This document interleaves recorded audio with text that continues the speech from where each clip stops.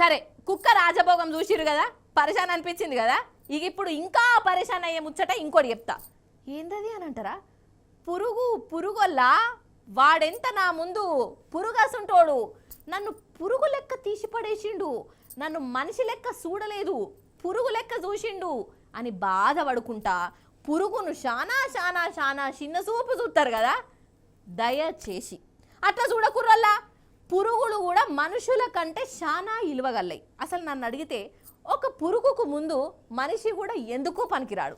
అంత లావైతే ఇగో ఈ వీడియో చూడురి, మీకే అర్థమవుతుంది. గిదేనోలా నేను చెప్పే ఆ పురుగు మనం చేతులతోని నలిపేయడానికి కాలుతో దొక్కి చంపేసేందుకు ఇది అల్లటప్పది కాదు.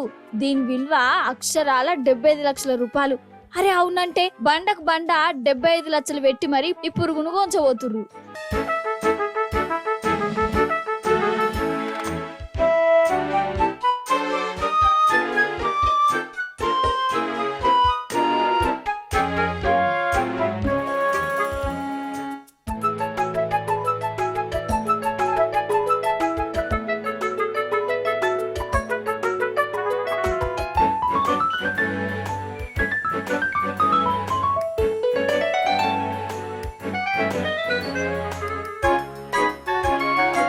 ఈ పురుగు పేరట స్టాక్ బీటీలట. స్టాక్ బీటీలు ఫారినోళ్ళు దీన్ని లచ్చలు పెట్టి కొనేందుకు తల్లాడుతుర్రు.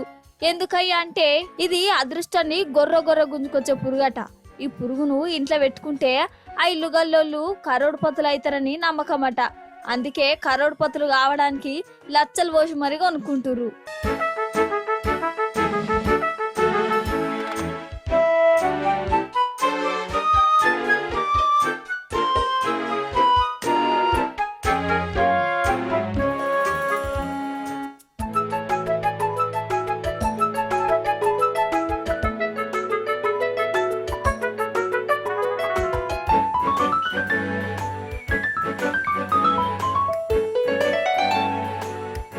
అవి చూడుర్రి, కరోడుపతి పురుగు ఎట్లున్నదో. ముంగట జింకలకున్నట్టు కొమ్ములున్నాయి కదా అన్నట్లు ఈ పురుగు చెక్కల మీదనే బాగా తిరుగుతుందల్లా. చెక్క పొట్టునే తిని బతుకుతుంది. కానీ చూసిర్రా, ఆఖరికి పురుగుల విలువ కూడా మనుషులను దాటిపోయినాయి.